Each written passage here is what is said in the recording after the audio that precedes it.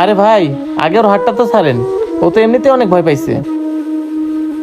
আচ্ছা মামনি, তুমি আমাকে একটা কথা বলো তো, তুমি কেক দিয়ে কি করবা? আঙ্কেল, কালকে না পাশের বাসায় একটা ভাইয়ার জন্মদিন হইছে, ওইটা দেখে আমার বোন অনেক কান্নাকাটি করছে। ওরও নাকি জন্মদিন পালন করবে। আঙ্কেল, ভাগ্যের কি পরিহাস, কেকটা না আমার হাত থেকে পড়ে গেছে। আঙ্কেল, আমাদের মতো এতিমদের এমনিতেই কপাল খারাপ।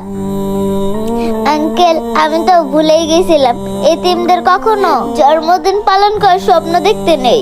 আরে মামনি, এভাবে বলো না। এই মিয়া, শুনলেন তো এই মেয়েটার কথা? আজকে যদি এই মেয়েটার জায়গায় আপনার মেয়ে তো, তাহলে আপনার কেমন লাগতো?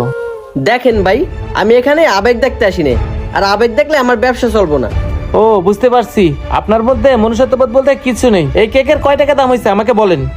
কেকের দাম হচ্ছে 250 টাকা। এই নেন, এখানে 500 টাকা আছে। এই কেকের দাম রেখে ওকে আরেকটা ভালো কেক দিয়ে দেন। আচ্ছা ঠিক আছে, দিচ্ছি।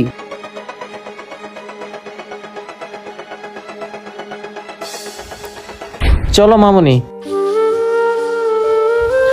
আমরা কেউ এতিমদের কষ্ট পাওয়ার চেষ্টা করি না।